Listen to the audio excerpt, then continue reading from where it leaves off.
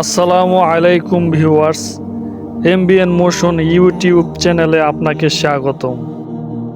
আল্লাহ তাআলার নির্দেশে মক্কা থেকে মদিনায় হিজরত করেন মহানবী সাল্লাল্লাহু আলাইহি সাল্লাম। নবীজি যেন হিজরত করতে না পারেন, তাই পথে পথে বাধা সৃষ্টি করেছিল মক্কার কুরাইশ নেতারা। সব চেষ্টায় বিফল হয়ে শেষে তারা মুহাম্মদ সাল্লাল্লাহু আলাইহি সাল্লামের বিনিময়ে মক্কাবাসীর জন্য পুরস্কার ঘোষণা করে। জীবিত বা মৃত মুহাম্মদ সাল্লাল্লাহু আলাইহি সাল্লামকে ধরে দিতে পারলে 100 উন্নত জাতের উট পুরস্কার ঘোষণা করা হলো। পুরস্কারের লোভে অনেকেই মুহাম্মদ সাল্লাল্লাহু আলাইহি সাল্লামের খোঁজে বের হলো। সুরাকা ইবনে মালিক নামের মক্কার এক যুবক বের হলেন নবী মুহাম্মদ সাল্লাল্লাহু আলাইহি সাল্লামের খোঁজে। খুঁজতে খুঁজতে তিনি আল্লাহ রাসূলুল্লাহ সাল্লাল্লাহু আলাইহি সাল্লামকে এক জায়গায় পেয়ে গেলেন। তার পুরস্কার প্রাপ্তিতে তখন আর কোনো বাধা নেই। কিন্তু আল্লাহ এখানেও প্রিয় হাবিব সাল্লাল্লাহু আলাইহি সাল্লামকে সাহায্য করলেন। রাসূলুল্লাহ সাল্লাল্লাহু আলাইহি সাল্লামকে দেখার পর সুরাকা সামনে অগ্রসর হলেন, কিন্তু হঠাৎ তার ঘোড়া হোঁচট খেয়ে পড়ে গেল। তিনি ঘোড়াসহ উঠে আবার সামনে যাওয়ার চেষ্টা করলেন। তাকে দেখে আবু বকর রাদিয়াল্লাহু তাআলা আনহু আতঙ্কিত হয়ে পড়লেন, কিন্তু আল্লাহ রাসূল সেদিকে কোনো গুরুত্ব দিলেন না। সুরাকা আবারও সামনে অগ্রসরের চেষ্টার পর এবার তার ঘোড়ার পা মাটিতে দেবে গেল। অনেক চেষ্টা করেও ঘোড়াকে উঠানো গেল না। তিনি আল্লাহ রাসূলের কাছে সাহায্য চাইলেন। রাসূলুল্লাহ সাল্লাল্লাহু আলাইহি সাল্লামকে বললেন, প্রয়োজনে আপনি আমার খাবার পানীয় অস্ত্র সব নিয়ে নিন। আমাকে এই অবস্থা থেকে মুক্তি দিন।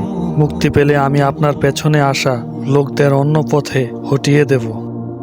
রাসূলুল্লাহ সাল্লাল্লাহু আলাইহি সাল্লাম তাকে বললেন, তোমার আসবাবপত্রের কোনো দরকার নেই আমাদের। তুমি শুধু আমাদের পিছু ধাওয়া করা লোকদের অন্য পথে ঘুরিয়ে দেবে। রাসূলুল্লাহ সাল্লাল্লাহু আলাইহি সাল্লাম তার জন্য দোয়া করলেন। তিনি মুক্তি পেলেন।